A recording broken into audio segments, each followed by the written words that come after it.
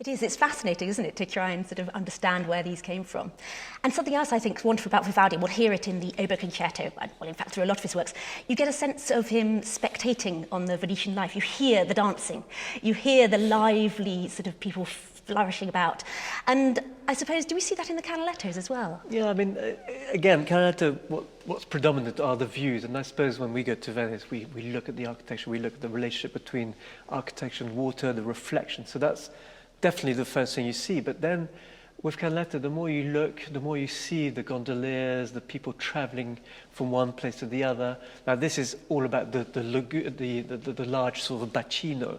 So it's that wonderful space within the bay. But if you go into other Canalettos, into squares and piazzas, he's fascinated by sort of daily life, and you see market stalls, you see people in conversation, you sometimes see sort of jesters doing their sort of daily tricks. So there is definitely a sense that Canaletto not only loved to depict Venice architecturally, but loved the people within it, and definitely peopled his scenes with daily routines.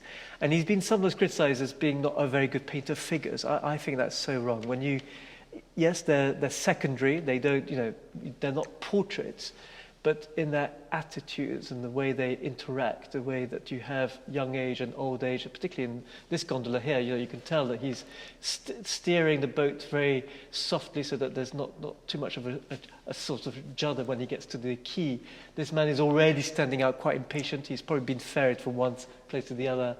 And then suddenly you've got this other man emptying his boat with water, or perhaps getting water here in order to wash his boat. So suddenly you get a little narrative in this corner, and yet your eye is then taken back into this wonderful, the bacino of San Marco, and you're back in Venice. So there is a wonderful play of close-ups and distant views, definitely. Concerto alla Rustica is a concerto for orchestra without soloists, and is one of Vivaldi's best-known concertos. Although, unlike the Four Seasons, it is not strictly programmatic piece, but nonetheless, one can hear, as the name implies, the rustic nature and the joyful dance bursting forth.